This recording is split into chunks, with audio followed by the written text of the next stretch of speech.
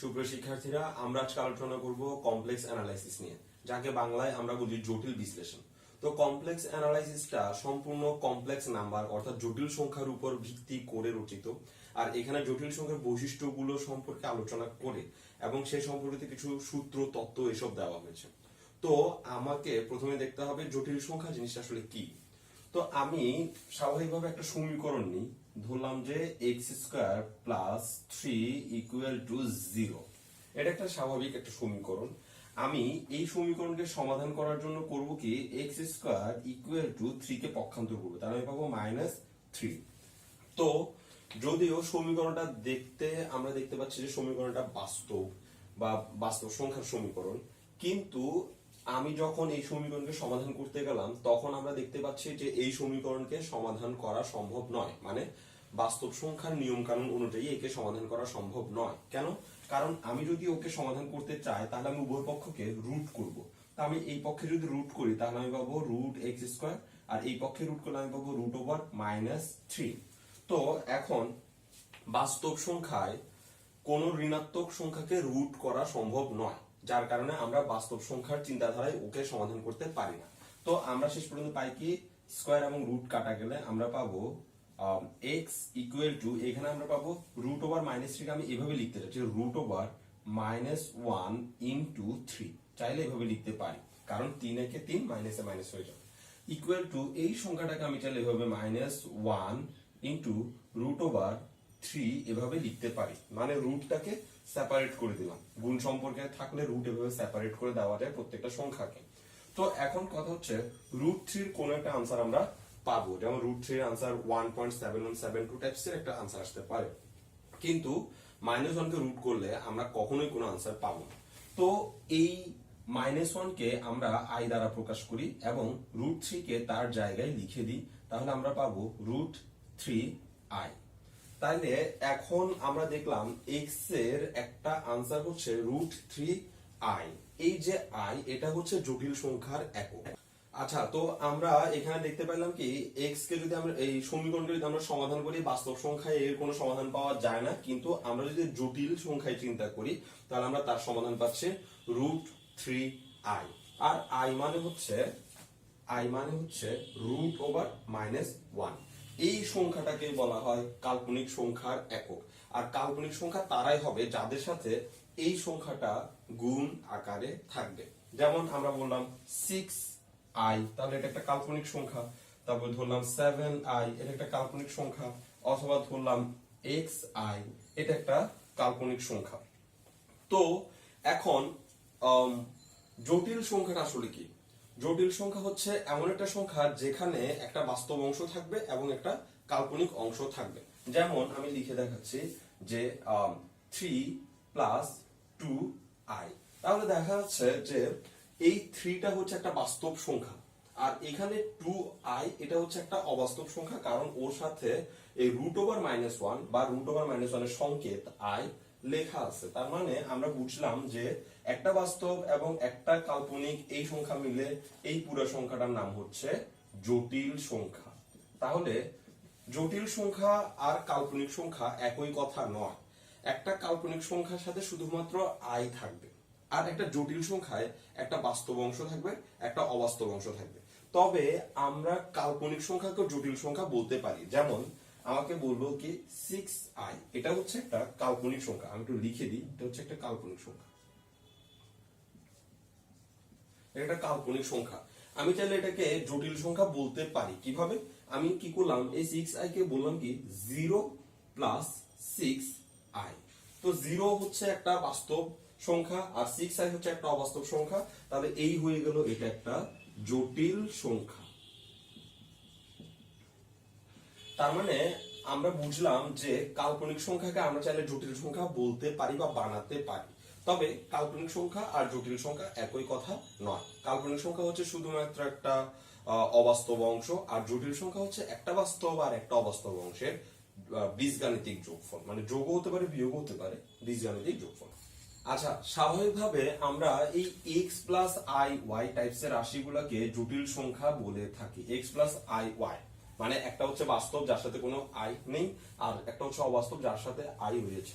তো তো এখন এটাকে আমরা জেড দ্বারা প্রকাশ করেও থাকি, যে জেড হচ্ছে একটা জটিল সংখ্যা যদি ওর ভিতরে এক্স প্লাস আই ওয়াই ধরনের বা টাইপসের একটা রাশি থাকে। তাহলে আমি এভাবে লিখতে পারি যে 3+2i এটা একটা জটিল সংখ্যা, আর এই 3 হচ্ছে এখানে x এর মান, আর এই 2 হচ্ছে এখানে y এর মান, আর i তো i আছে। তাহলে x প্লাস i y এই ধরনের রাশিগুলোকে আমরা জটিল সংখ্যা বলি। এগুলোকে অনেক বইয়ে এভাবে এক্সপ্রেস করা হয়, a প্লাস i b এই টাইপসের রাশিকে আমরা জটিল সংখ্যা বলতে পারি, p প্লাস i q এরকম একটা রাশিকে আমরা জটিল সংখ্যা বলতে পারি। তো এখানে x প্লাস i y এটা জটিল সংখ্যা, তবে x নিজেও বাস্তব সংখ্যা, y নিজেও বাস্তব সংখ্যা। একটু খেয়াল করি, এই 3+2i এটা জটিল সংখ্যা, কিন্তু এই 3 নিজে কিন্তু বাস্তব, আবার এদিকে 2 নিজে কিন্তু বাস্তব, কিন্তু 2 সাথে এই যখন i গুণ থাকলো তখন সে হয়ে গেল কাল্পনিক। তাহলে x প্লাস i y এটা জটিল সংখ্যা, এবং এখানে যে x এবং y দেখা যাচ্ছে, x এবং y দেখা যাচ্ছে এরা কিন্তু রিয়েল নাম্বারের মধ্য থেকে আসছে। তাহলে শুধুমাত্র i অংশটা থাকার কারণে এটা জটিল হয়ে গেল, কিন্তু x এবং y দুজনেই কিন্তু রিয়েল নাম্বার থেকে পাওয়া সংখ্যা। আচ্ছা, এবার আমরা এই জটিল সংখ্যাটাকে আমরা চিত্রে উপস্থাপন করব। তবে চিত্রে উপস্থাপন করার আগে আমরা একটু পোলার স্থানাঙ্ক এবং কার্টেসীয় স্থানাঙ্ক সম্পর্কে ধারণা নিব, এবং এদের মধ্যে সম্পর্কটা কি আর ওরা কি প্রকাশ করে সেটা সম্পর্কে জানবো। তারপর আমরা এই সংখ্যাটাকে চিত্রে উপস্থাপন করব। তো কার্টেসীয় স্থানাঙ্ক কি? কার্টেসীয় স্থানাঙ্ক হচ্ছে যে স্থানাঙ্ক ব্যবস্থার মধ্যে x এবং y টাইপসের রাশি থাকে, মানে এই ধরনের x, y এগুলোকে আমরা কার্টেসীয় স্থানাঙ্ক বলে থাকি। তো এগুলোতে হয় কি, একটা x অক্ষ থাকে আর একটা y অক্ষ থাকে, আর এই x অক্ষ y অক্ষের মানগুলো খুঁজে বার করতে হয়। তো ধরলাম কোন একটা বিন্দু যার নাম হচ্ছে x, y। তো এই কার্টেসীয় স্থানাঙ্কে ওকে কিভাবে খুঁজে পেতে হয়? আমাকে যেতে হয় কি, x পরিমাণ x অক্ষে যেতে হয়, x পরিমাণ, তারপর ওইখান থেকে y পরিমাণ উপরের দিকে উঠতে হয়। তো এই হচ্ছে কার্টেসীয় স্থানাঙ্কের ব্যবস্থা। তো কার্টেসীয় স্থানাঙ্ক করতে হয় কি, x অক্ষে x পরিমাণ যেতে হয় আর y অক্ষে y পরিমাণ যেতে হয়। তো একটু ছোট্ট করে উদাহরণ দিই, ধরলাম আমাকে কার্টেসীয় স্থানাঙ্কে বললো 3, 2 এই বিন্দুটা খুঁজে বের করতে। তো আমি কি করব, x অক্ষে যাব 1, 2, 3 পরিমাণ, আর y অক্ষে যাব 1, 2 পরিমাণ। তো এই যে পয়েন্টটা পাইলাম, এই পয়েন্টটা হচ্ছে কার্টেসীয় স্থানাঙ্কে 3, 2 পয়েন্ট। তো আমি এই 3, 2 না লিখে লিখলাম xy, তাহলে আমাকে x অক্ষে যেতে হবে x পরিমাণ আর y অক্ষে যেতে হবে y পরিমাণ। তাহলে আমি যে বিন্দুটা পাবো ওই বিন্দুর নাম হচ্ছে x, y, আর এটাই হচ্ছে কার্টেসীয় স্থানাঙ্ক।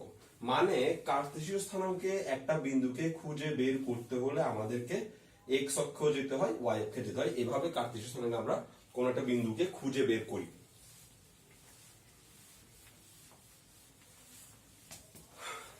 আচ্ছা, এবার পোলার স্থানাঙ্ক কাদেরকে বলে? তো পোলার স্থানাঙ্ক হচ্ছে ঠিক এরকম, যে পোলার স্থানাঙ্কে এরকম একটা পোল বিন্দু থাকে, এটাকে বলা হয় পোল বিন্দু। পোল মানে হচ্ছে গর্ত, মানে ধরলাম একটা ফুটো করে দিলাম, এটাই হচ্ছে পোল বিন্দু।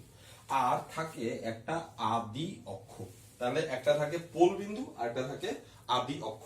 তো পোলার স্থানাঙ্কে কোন একটা বিন্দুকে কিভাবে খুঁজে বের করতে হয়? এখানে কোন একটা বিন্দুকে খুঁজে বার করলাম, x পরিমাণ গেলাম, y পরিমাণ গেলাম, ওই বিন্দুটা পেয়ে গেলাম।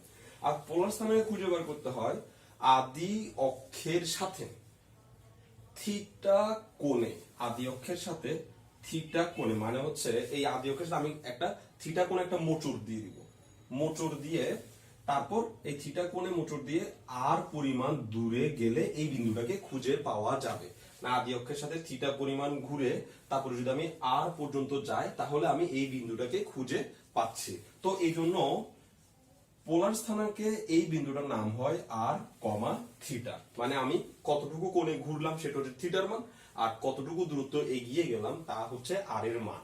তো এখন আমরা বুঝলাম যে এক্স ওয়াই দ্বারা যে অক্ষ রেডি করা হয় সেগুলোকে আমরা বলি কার্টেসীয় স্থানাঙ্ক, আর এবং থিটা দ্বারা যে অক্ষ রেডি করা হয় সেগুলোকে আমরা বলি পোলার স্থানাঙ্ক। এখন কথা হচ্ছে কার্টেসীয় স্থানাঙ্কে বিন্দু খোঁজা আর পোলার স্থানাঙ্কে বিন্দু খোঁজার সিস্টেম একই নয়, যা আমরা দেখেই বুঝতে পারছি। কিন্তু কথা হচ্ছে কার্টেসীয় স্থানাঙ্ক এবং পোলার স্থানাঙ্ক দুজনেই কিন্তু একই বিন্দুকে খুঁজে বার করে দিতে পারে, তবে ভিন্ন সিস্টেমে। যেমন আমি কি করলাম, এই টোটাল পোলার স্থানাঙ্কের সিস্টেমটাকে এখান থেকে তুলে এইখানে বসানোর ব্যবস্থা করলাম। তো কি করলাম, আমি ভাবলাম এখানে যেটা মূল বিন্দু, মানে কার্টেসীয় স্থানাঙ্কে যেটা মূল বিন্দু সেটা পোলার স্থানাঙ্কে পোল বিন্দু। আমি এখানে পোল বিন্দুটা দিলাম।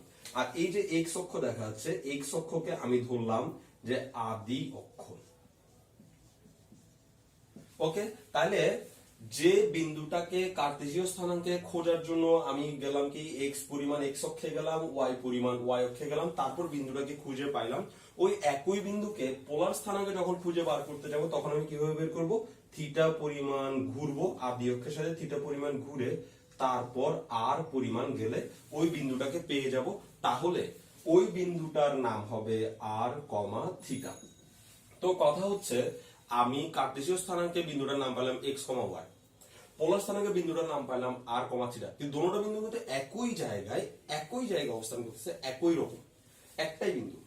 তাহলে এই একটাই বিন্দু দুই নামে প্রকাশিত হলেও বিন্দু কিন্তু একটাই, যার কারণে আমরা এখন কার্টেসীয় এবং পোলার স্থানাঙ্কের মধ্যে একটা সম্পর্ক রেডি করব, যেন আমরা বুঝতে পারি যে কোন একটা বিন্দুর কার্টেসীয় স্থানাঙ্ক যদি দেওয়া থাকে তাহলে আমরা কিভাবে তাকে পোলার স্থানাঙ্ক বের করতে পারবো, আর যদি ওই বিন্দুর পোলার স্থানাঙ্ক দেওয়া থাকে তাহলে আমরা কিভাবে কার্টেসীয় স্থানাঙ্ক বের করতে পারবো। তো একটু খেয়াল করি, আমি দেখতে পাচ্ছি এটা একটা সমকোণী ত্রিভুজ, এটা একটা সমকোণী ত্রিভুজ। আর সমকোণী ত্রিভুজের ক্ষেত্রে পিথাগোরাস সাহেব কি বললেন? পিথাগোরাস সাহেব বললেন যে অতিভুজের বর্গ সমান ভূমির বর্গ যোগ লম্বের বর্গ।